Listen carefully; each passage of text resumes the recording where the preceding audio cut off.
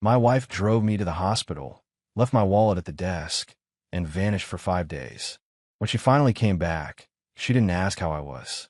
She asked if I was still alive. The nurse's answer wiped the color from her face. That's when I understood the accident was never an accident. My name is Curtis Davenport. I'm 58 years old. I've spent the last 22 years managing regional distribution networks for a food and consumer goods company that covers 4 Midwestern states. I know supply chains the way some men know their own backyards. Every route, every bottleneck, every weak link. I thought I knew my home the same way. I was wrong about that. Lorraine and I had been married for 26 years when it all fell apart. We had 2 kids together, or so I believed. Kyle, our oldest at 29, and Emma, 23, still finishing her graduate program in Columbus. I coached Kyle's little league games, drove him to wrestling practice 3 mornings a week in high school, helped him move into his first apartment. I did all of it without a second thought, because that's what fathers do. The night it started, I was driving back from a supplier meeting in Cincinnati. Late November, sky already dark by 4:30, temperature dropping fast. I'd been on the road since 6 that morning, and I was tired, the kind of tired that sits behind your eyes and makes the highway lights blur a little. About 40 miles outside of Dayton, I noticed the brake pedal felt soft. Not alarming, just slightly off, the way a bad feeling starts before you can name it. I touched the brakes going into a long downhill curve. The car slowed, but not the way it should have. I pressed harder. The pedal sank further than it was supposed to, and the car kept drifting. I steered into it, tried to use the shoulder, but the shoulder disappeared into a short embankment, and the car nosed down hard before I could correct. The airbag hit me like a wall. I heard the passenger window give way. Then silence. I woke up in a hospital bed in Dayton with 2 fractured ribs, a concussion, and a gash along my left temple that took 11 stitches. The room smelled like antiseptic and recycled air. The chair beside my bed was empty. Nurse Elena Ruiz was the one who filled in what I couldn't remember. She was calm and professional about it, which somehow made it worse. "Your wife brought you in," Elena told me, checking my chart without looking up. "She left your wallet and insurance card at the admissions desk." I waited for the second part of that sentence. It didn't come. "When is she coming back?" I asked. Elena paused, just a beat, but I caught it. "She hasn't called to check on your status," she said carefully. "You've had no visitors." I figured there was an explanation. Lorraine hated hospitals. Always had. She'd waited in the car both times her own mother had surgery. I told myself she was managing her anxiety, that she'd call soon, that she was probably just overwhelmed. I told myself a lot of things in those first few hours. By the second day, I asked to borrow a tablet to check work emails. That's when I found the first thing that didn't fit. A pending transfer request from our joint savings account, filed the morning after the accident. The listed reason was anticipated medical expenses. The amount was $40,000. I stared at the screen for a long time. Then I found the second thing. A beneficiary update request on my life insurance policy, filed the same afternoon as the transfer. The policy was worth $900,000. I set the tablet down on the blanket and looked at the ceiling. My ribs ached every time I breathed. The chair beside me was still empty. I asked Elena for the hospital's phone. I called Nolan Barrett. He'd been my attorney for 16 years. Steady, careful, the kind of man who didn't alarm easily. When I told him what I'd found, he went quiet for a moment. "Don't touch anything," he said. "Don't respond to any messages. I'll be there by morning." I hung up and lay back against the pillow. Outside the window, the November sky had gone completely dark.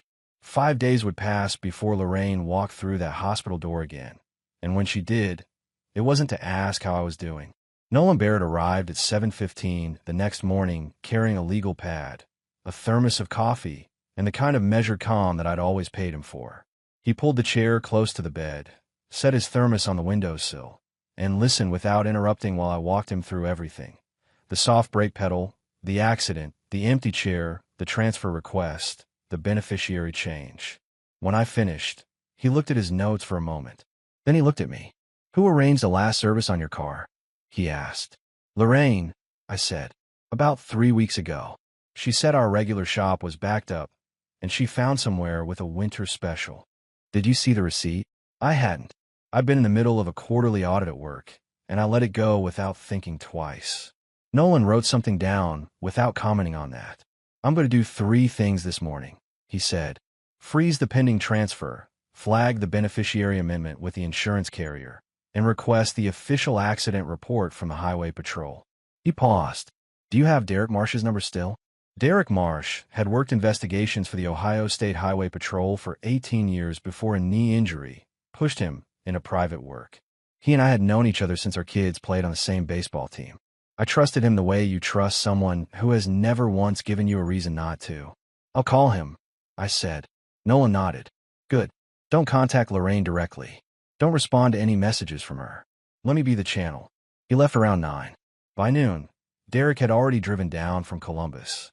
He sat in the same chair Nolan had used, drank the bad hospital coffee without complaining, and pulled up the accident report summary on his phone. No black ice reported on that stretch, he said. Weather was cold, but road conditions were rated clear. The patrol notes list brake system anomaly as the preliminary cause. Anomaly, I repeated. That's their word. It means they don't know yet whether it was wear or something else. Derek set the phone face down on his knee. Your car went to a private impound yard, not the insurance lot. I've already called. They still have it. I'm going to get someone out there today before anything gets processed or cleared. I asked him about the shop Lorraine had used for the service. He wrote the name down when I gave it to him. Hold Auto and Tire, over on Glenwood Avenue. I'd never heard of it before she mentioned it. Derek nodded slowly when I said the name. I'll look into it. That evening, after Derek had gone, the floor had gone quiet. My phone, retrieved from my jacket by a nurse who found it wedged under the seat in the impound paperwork, lit up with a message from Lorraine. People are starting to ask questions. We should talk before this gets out of hand. I read it twice. Not how are you? Not I'm sorry I wasn't there. Just damage control, dressed up in we language. I typed back slowly. Why did you change the beneficiary on my policy? The typing indicator appeared. Stopped. Started again. Then, I was thinking ahead. Medical bills can spiral. I was protecting our finances. Protecting our finances. The same phrase she used when she moved money between accounts without telling me. The same phrase she used to explain purchases I hadn't known about until the statement arrived. I put the phone down and stared at the water stain on the ceiling tile above my bed. On the 5th day, Elena stopped me in the hallway just before my afternoon check. She said a woman had come to the nurse's station a few minutes earlier, press coat, hair done, and asked a single question before heading down the corridor. Is he still here? Not how is he? Not can I see him? Just, is he still here? Elena said she told her yes, that I was stable and had been asking about her every day since I arrived. The woman went quiet for a moment. Then she walked toward my room. When Lorraine appeared in the doorway, her composure was intact, but something underneath it wasn't. She didn't come to the bed. She stopped at the threshold and scanned the room the way someone does when they're checking whether a situation has changed on them. I didn't know it was this bad, she said. You didn't call to find out, I replied. She opened her mouth and closed it again. Then, very quietly, almost as if she was asking herself rather than me, she said, How long have they been keeping you? I looked at her for a long moment. I thought about Elena telling me, no visitors, no calls. I thought about the beneficiary change filed while I was unconscious. I thought about the transfer request. Long enough, I said. Sit down, Lorraine. We need to talk. She stayed in the doorway. Lorraine never sat down. She stood in the doorway of my hospital room for about 2 minutes, answered nothing directly, and left when I told her I'd already spoken to my attorney. No argument, no tears, just a quiet recalibration behind her eyes, and then she was gone. That told me more than any conversation would have. Nolan arrived the next morning with Derek and a folder that was already thicker than I expected. The accident report is back, Nolan said, settling into the chair. Highway Patrol found no mechanical defect consistent with normal wear. The brake fluid reservoir showed signs of contamination, a substance introduced into the line that would degrade hydraulic pressure gradually under sustained use. I'll let that sit for a moment. Gradually, I said.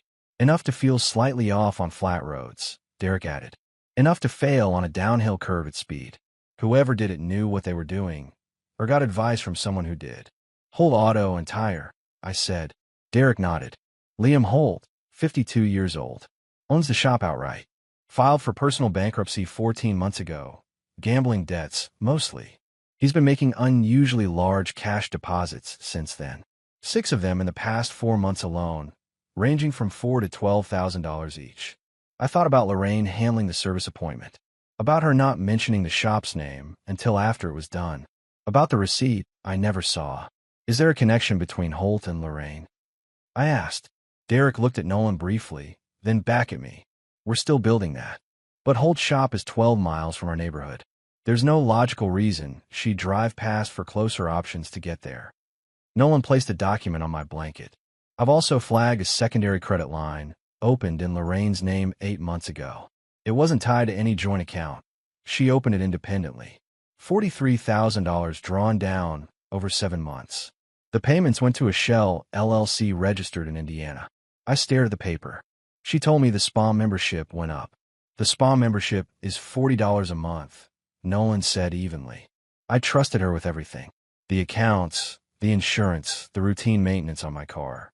Not because I was careless, because 26 years had built a kind of gravity between us that made suspicion feel disloyal. I was starting to understand how much that gravity had cost me.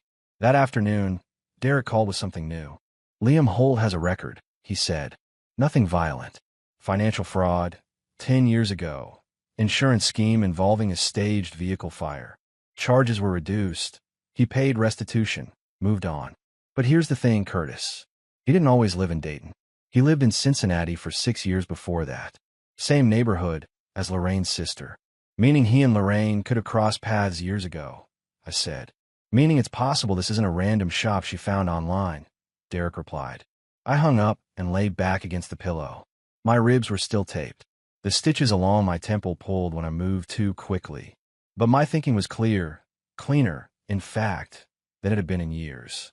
Because the fog that comes with trusting someone completely had finally lifted. Emma called that evening. She'd driven up from Columbus without telling me she was coming, and her voice came from the hallway before she appeared in the doorway. Sharp, tight with controlled worry. Dad, she said, crossing the room and squeezing my hand before she'd even taken her coat off. Why didn't you call me the second you woke up? I didn't want to pull you out of your program, I said. She gave me the look she'd been giving me since she was 16, the one that said she found my reasoning unconvincing. She sat on the edge of the bed and kept hold of my hand. Where's Mom? She asked. She came by once, I said. Didn't stay long. Emma was quiet for a moment. She called me 2 days after the accident, she said carefully. Not to tell me you were hurt. To ask if I knew whether you'd updated your will recently. The room went still. She asked you that, I said. I thought it was a strange way to process stress, Emma said. Now I'm thinking it wasn't stress at all. I looked at my daughter, 23 years old, steady and sharp, and felt something shift in my chest. She'd driven 3 hours on a weeknight because she knew something was wrong before I told her anything. That was Emma. Always had been. I need you to do something for me, I said. Don't tell your brother what's happening yet. She frowned slightly. Kyle? What? Just wait, I said. I'll explain when the time is right. She studied me for a long moment, then nodded once. She didn't push it. That was the thing about Emma. She knew when to trust that I had a reason. I was discharged on a Thursday morning. Nolan had arranged for me to stay at his guest house on the east side of Dayton rather than returning home. His reasoning was practical. If Lorraine was preparing any kind of legal maneuver around my mental state or capacity, being inside our shared property created complications I didn't need. I packed what the hospital had and left without calling her. Derek picked me up. We didn't talk much on the drive.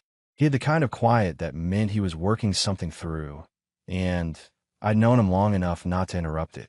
We were 15 minutes from Nolan's place when he spoke. Liam Holt and Lorraine have a history, he said.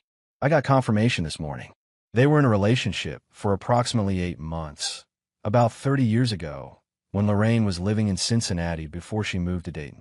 They broke it off when she left. I watched the highway median pass. And Kyle is 29, I said. Yes, Derek said. Neither of us said anything else for a while.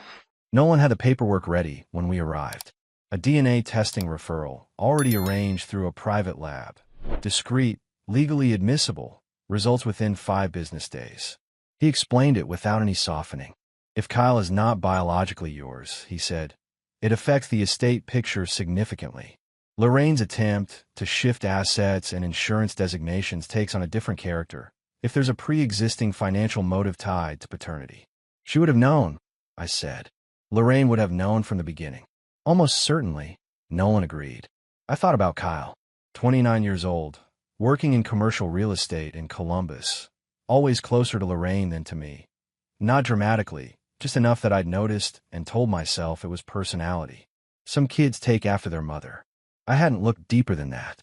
What I hadn't let myself examine until now was the pattern of the past 3 weeks. Kyle had texted me the morning of my trip to Cincinnati, asking about my route, whether I was driving or flying, what time I expected to be back. I'd thought nothing of it. I thought nothing of most things Kyle asked because I had no reason to.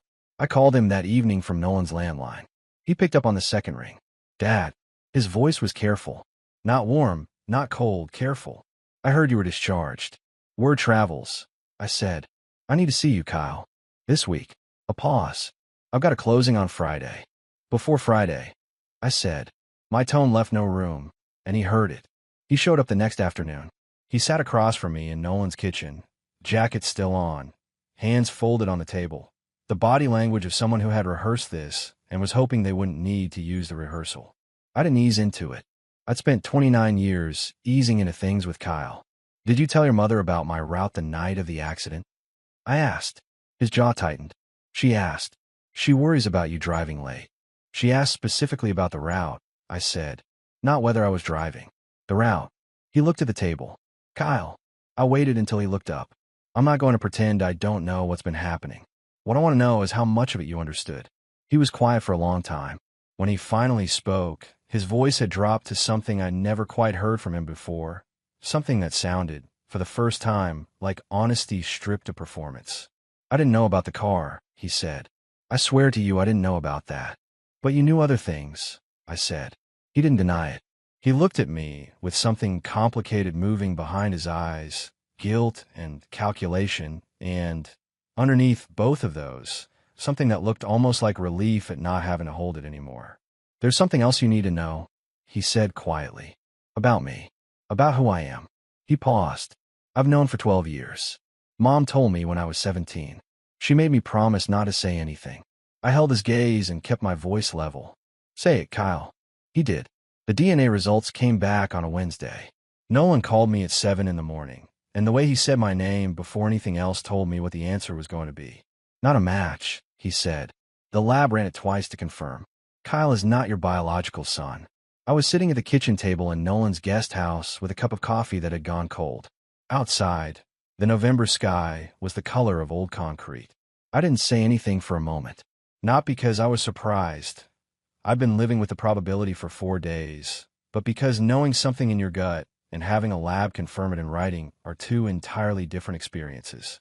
One you can still argue yourself out of at 3 in the morning. The other you cannot. All right, I said finally. What does it change legally? Potentially quite a bit, Nolan said. Lorraine opened that secondary credit line and began moving money 8 months ago. The insurance amendment came 3 days after your accident.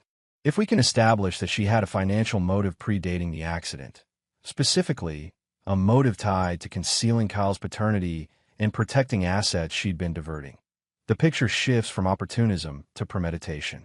She's been planning this, I said. The evidence suggests she's been positioning herself for some time, Nolan said carefully. Planning is a word for the courtroom. Right now, we build facts. Derek arrived at noon with 2 things, a coffee that was actually hot, and a name. Raymond Forsyth, 55 years old, regional sales director for a medical device company based in Indianapolis. Married to Nadine Forsyth for 19 years. 3 kids, all with Nadine.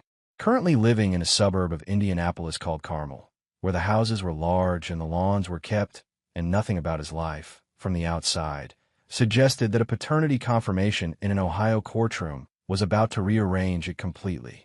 He and Lorraine dated for approximately 10 months when they were both living in Cincinnati, Derek said. He relocated to Indianapolis for work. She stayed. They lost contact. He met Nadine about a year later. Derek set his coffee down. He has no idea. He's going to find out, I said. Yes, Derek said. The question is how. We agreed that Nolan would handle the legal notification, a formal letter, factual, and without accusation.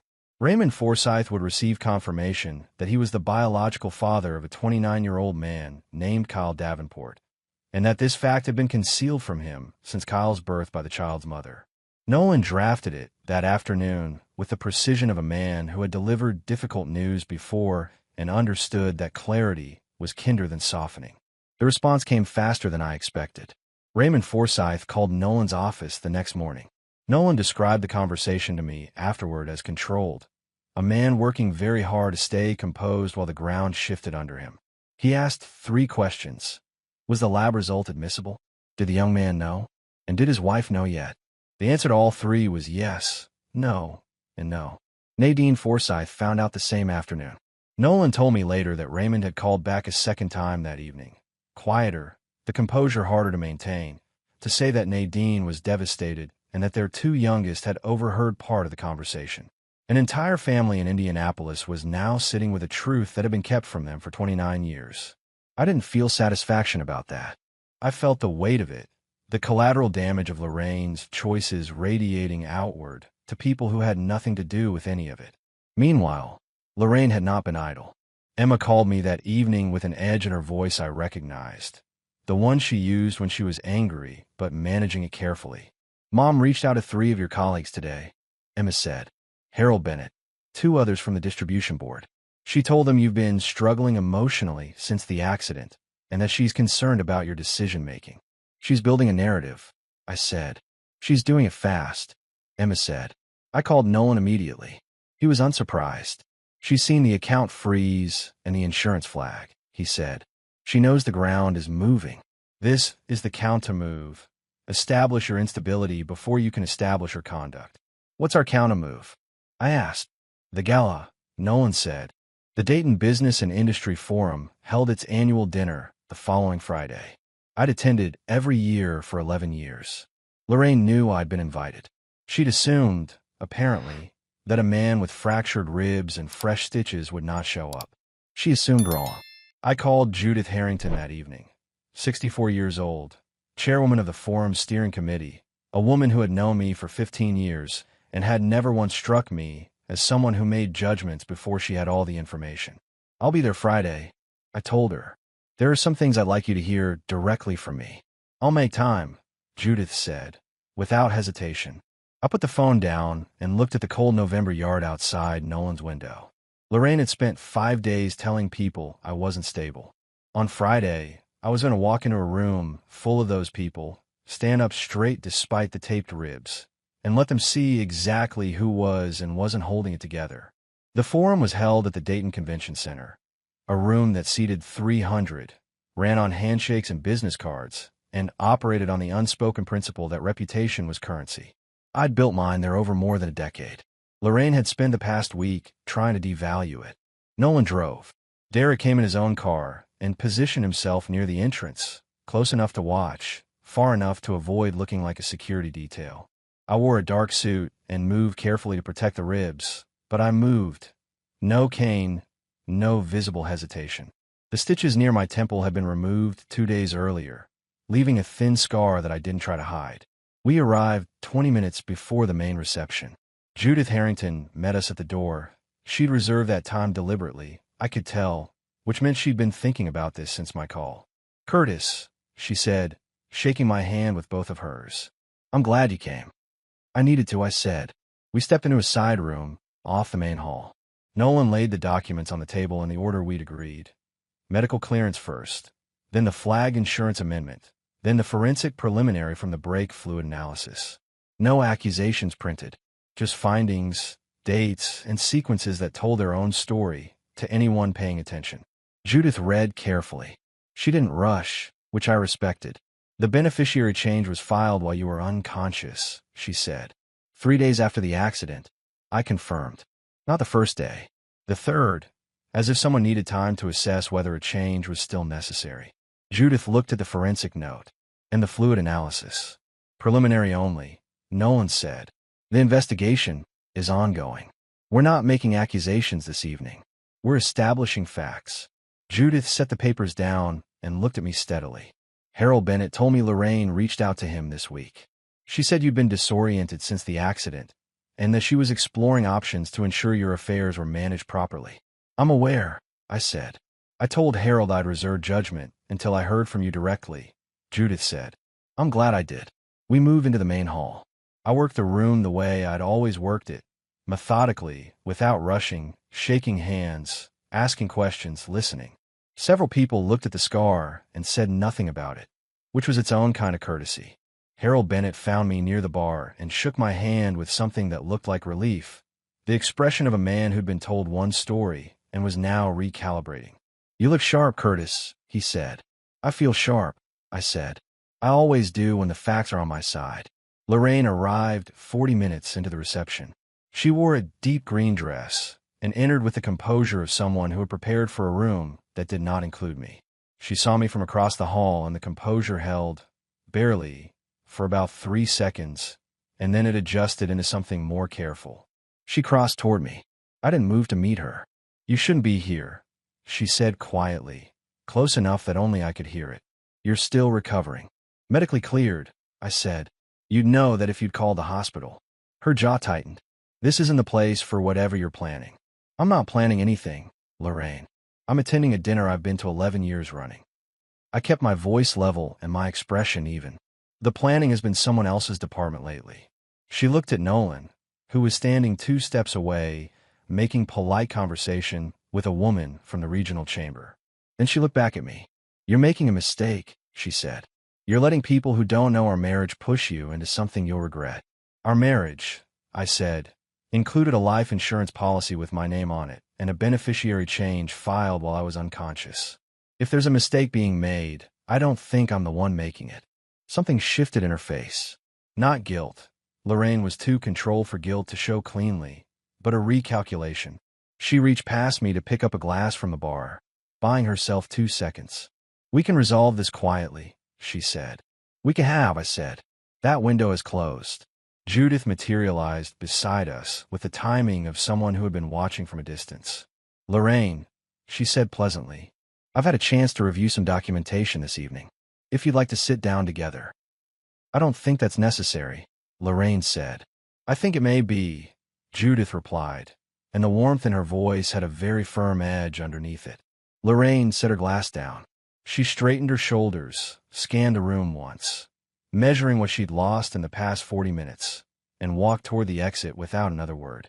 Derek appeared at my elbow as she pushed through the door. Her phone just connected to the venue's guest Wi-Fi, he said quietly. She's accessing something remotely.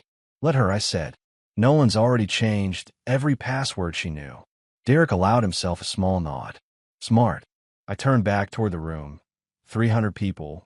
The hum of conversation, the particular energy of a professional community that was still, for the moment, intact. My ribs ached. The scar pulled slightly when I smiled. I smiled anyway. Lorraine didn't reach out after the gala. Not directly. Instead, she went quiet in the particular way of someone who is recalculating rather than retreating. No texts, no calls, no further outreach to my colleagues. Nolan said that kind of silence was usually more concerning than noise, and he was right. 4 days after the gala, she filed a formal request through her attorney to access our joint safe deposit box at First Federal on Wilmington Pike. The listed reason was retrieval of personal documents. Nolan caught it within the hour. She's looking for the original insurance policy documents, he said, and possibly the property deed. She's building a parallel case. If she can get physical copies of the originals before the digital records are fully locked, she has more to work with. Can she access the box? I asked. She's a joint holder, Nolan said. Legally, yes, unless we move first.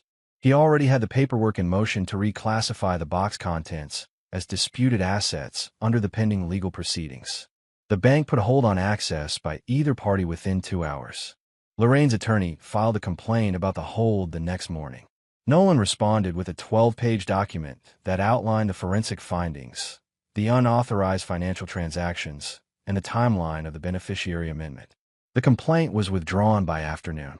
That evening, Derek called. She was at your office building today, he said. Not inside. She doesn't have an active badge anymore. HR confirmed they deactivated her spousal access last week when Nolan requested it. But she was in the parking lot for about 40 minutes, sitting in her car. Watching, I said. And making calls, Derek said. I pulled the cell tower data through my contact at the carrier. She made 4 calls during that window. 3 to her attorney. One to a number registered to Liam Holt. That one landed differently. She's still in contact with him, I said. Active contact, Derek confirmed. Which matters because Holt's shop is currently under forensic review, and he knows it. If they're coordinating their story, we need that on record. Nolan escalated to Detective Alvarez at the Dayton PD the next morning. Alvarez was methodical and unimpressible in the way that good detectives tend to be. He didn't react to new information with urgency. He absorbed it and added it to a structure he was building at his own pace. He told Nolan that the cell contact between Lorraine and Holt was notable and that he'd be expanding the scope of his review. 2 days later, Lorraine made her last move. She showed up at my office building at 5:40 in the afternoon, just after most of the administrative staff had left, just before the cleaning crew arrived. She'd obtained a visitor's pass under the pretext of retrieving personal items she claimed to have left in my office during a visit the previous year. Reception called upstairs. I was at Nolan's, not in the building, but we'd set up the alert system 3 days earlier precisely for this situation. The building's upgraded cameras, Derek had arranged the upgrade quietly the week before, caught everything. Lorraine moved through the corridor with purpose, not haste. She sat at my desk, opened the laptop, and attempted a password reset through a linked email account she'd known about for years. The attempt triggered a silent notification to Nolan, who called Alvarez immediately. Alvarez and 2 officers arrived through the service entrance 11 minutes later. I watched the footage that evening on Derek's laptop. Lorraine was composed right up until the moment the office lights brightened and she heard footsteps in the hallway. She looked up, assessed, and made one last attempt at control, straightening her posture, folding her hands, preparing the explanation. It didn't work this time. Alvarez charged her with attempted unauthorized access to protective financial systems and obstruction of an ongoing forensic investigation. Her attorney arrived within the hour, and she was released pending a hearing. But the charges were on record, and the coordination with Holt was now part of the official file. Emma called me that night. She'd heard through a mutual friend that Lorraine had been at the office. Is she under arrest? Emma asked. Charged, I said. Released for now. But it's formal. Emma was quiet for a moment. How are you doing with all of this? It was the question I'd been deflecting for 3 weeks. From Derek, from Nolan, from well-meaning colleagues who shook my hand and looked at the scar and waited to see if I was holding together. I'd given everyone the same answer. Fine, managing, moving forward. Emma didn't accept that answer. She never had. I'm tired, I said. But I'm clear. That's what matters right now. That's enough, she said. For now, that's enough. I hung up and sat for a long time in the quiet of Nolan's guest house. 26 years. 2 kids, one mine, one not. A car service at the wrong shop by the wrong arrangement. And a woman I had trusted completely who had been running a parallel life inside our shared one for longer than I wanted to calculate. The tiredness was real. So was the clarity. The formal charges against Lorraine were filed on a Monday. By Wednesday, Liam Holt's attorney had contacted the district attorney's office. Holt wanted to talk.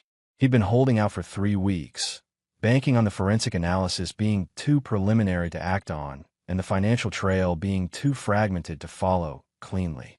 Both of those assumptions had turned out to be wrong, and now he was sitting across from a fraud charge and a potential accessory charge related to the accident, and his attorney had done the math. Nolan walked me through what came out of Holt's statement that afternoon, sitting across from me at his kitchen table with the summary in front of him. Lorraine had approached Holt 8 months ago. They'd reconnected through a mutual contact from the Cincinnati years. Not a close friend, just someone who moved in overlapping circles and mentioned her name. She'd reached out under the pretense of getting a quote on brake service for her own car. The real conversation happened at the second meeting. She hadn't asked him to cause an accident. Holt was careful about that in his statement, lawyered up and precise.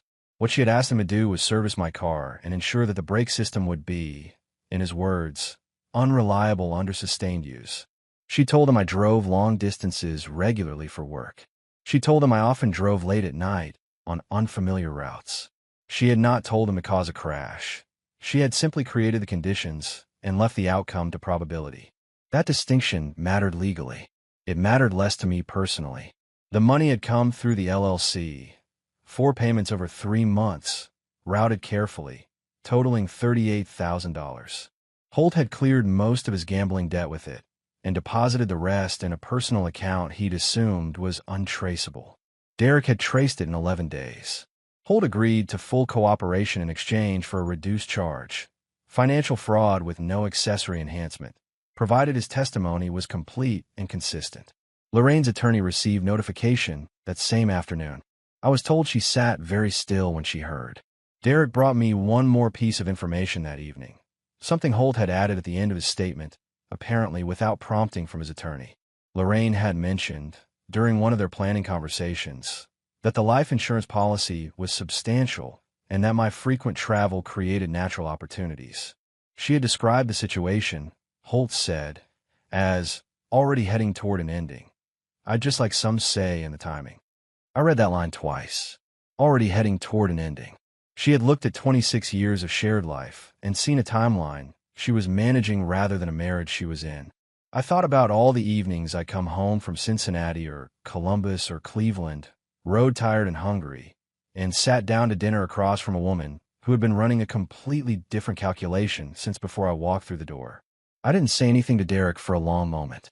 She picked the wrong man to underestimate, Derek said finally. I looked at him. She picked the wrong mechanic, too. Derek allowed himself a small, dry smile. That, too. Kyle came to see me the following evening, unannounced, which was new. He'd always called ahead, always controlled the terms of our interactions. This time he just knocked on Nolan's door at 7 o'clock and stood on the porch with his hands in his jacket pockets and the particular expression of someone who has finally stopped rehearsing. I let him in. We sat in the kitchen. He didn't ask for coffee. He looked at the table for a long moment, then looked at me. Holt gave a statement. Kyle said, I know what's in it. Then you know what she was planning. I said, yes. He paused. I didn't know about the brake job. I want you to believe that. You've said that, I said. I'm still working on it. He nodded. He didn't push for more than that, which was the most honest thing he'd done since we'd started talking. Raymond Forsyth called me. Kyle said quietly. The DNA result. It reached him. I know, I said. My attorney sent the notification. Kyle looked at the table again. He wants to meet. He said he doesn't blame me. That none of it was my choice. I looked at my son, the man I had raised, regardless of what any lab said about shared biology. He was 30 years old, and he was sitting in a borrowed kitchen, trying to figure out who he was now that the story he'd been told about himself had come apart. I understood that feeling better than he probably knew. Meeting him is your decision, I said. I won't tell you what to do with that. He nodded slowly. I know. A pause. I'm sorry, Curtis, for the things I passed along. I didn't understand what she was doing with them. I looked at him for a long time. I believe you didn't know about the car, I said. The rest of it. We'll get there. It wasn't forgiveness. Not yet. But it was a door left open, and that was more than I'd been certain I could offer him a week ago. The trial didn't drag on the way some people expected it to. Holt's testimony was clean, consistent, and corroborated by the forensic record. The financial documentation, the LLC payments, the secondary credit line, the timing of the beneficiary amendment, left no functional gap for the defense to work through. Lorraine's attorney attempted 3 different angles over 4 days, and Nolan addressed each one with the same quiet precision he brought to everything. On the 5th day, the jury deliberated for less than 3 hours. Lorraine was convicted on 2 counts of financial fraud, 1 count of conspiracy related to the brake tampering, and 1 count of obstruction. The judge sentenced her to 9 years. She stood at the defense table in a dark blazer and received the sentence the way she'd received everything in the past 2 months, with controlled composure that held until the bailiff moved toward her, and then fractured, finally, into something real and small and too late. Liam Holt was sentenced separately, 2 weeks later. Reduced charges, as agreed, 4 years, with possibility of parole after 30 months. He didn't look at anyone when the sentence was read. I wasn't in the courtroom for his proceeding. I didn't need to be. Raymond Forsyth had attended 1 day of Lorraine's trial, quietly, in the back row, with Nadine beside him. I nodded to him once across the corridor during a recess. He nodded back. There was nothing comfortable in that exchange, but there was something honest. 2 men who had been handed the same deception from different angles, acknowledging each other without pretense. Nadine Forsyth had filed for a legal separation 2 weeks after the paternity disclosure. The last I heard, they were working through it in private, which seemed like the right place for it. Emma was with me on the day of sentencing. She sat beside me in the courtroom gallery and didn't say much, which was what I needed. When it was over and we walked out into the December air, she put her arm through mine the way she used to when she was young, and we'd walk to the car after her school concerts. "What now?" she said. "Now we go forward," I said. Kyle had not attended the trial. He'd call me the evening before sentencing. A short call, careful, no performance left in it. "I can't sit in that room," he said. "I need you to know I understand why that's my problem, not yours." "It is your problem," I agreed. "But understanding it is the right place to start." He went quiet for a moment. "Raymond wants to meet next month." I said I'd think about it. "Then think about it," I said. "Take your time." We hadn't rebuilt anything yet between us. That was honest. What we had was an open line and a willingness to use it.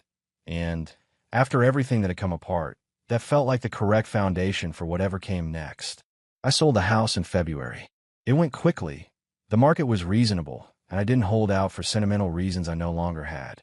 I kept what was mine and divided the rest the way the court had outlined, which left Lorraine's share frozen in trust, pending the financial judgment against her.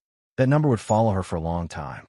I moved into a smaller place on the east side of Dayton, a house with a manageable yard and a porch that faced east, which meant good light in the mornings. I'd always been a morning person. I was still one.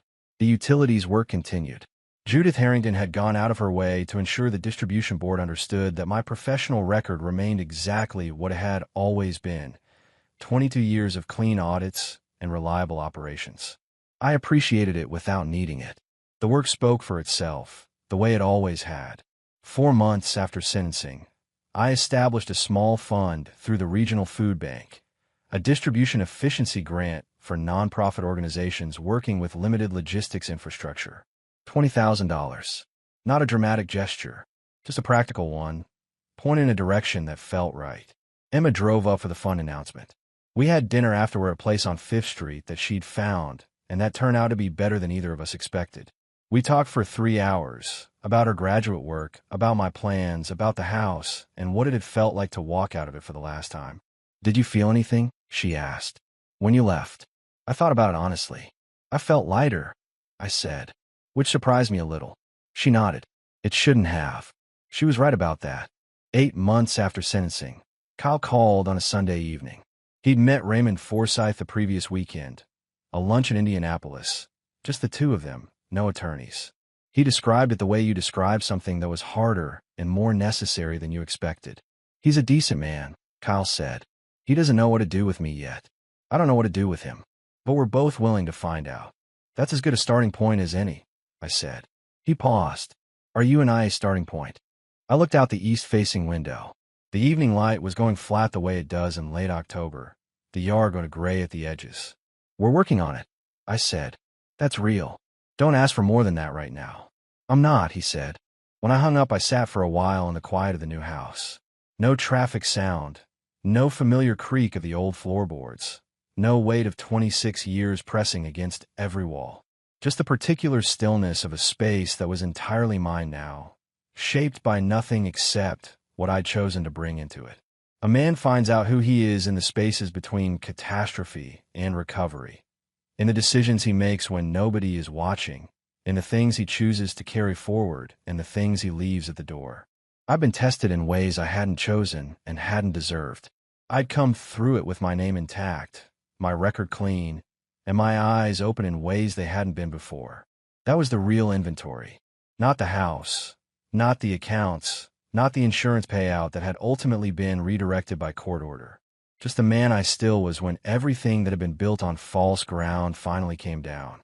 I poured a glass of water, sat on the east-facing porch, and watched the last of the light leave the yard.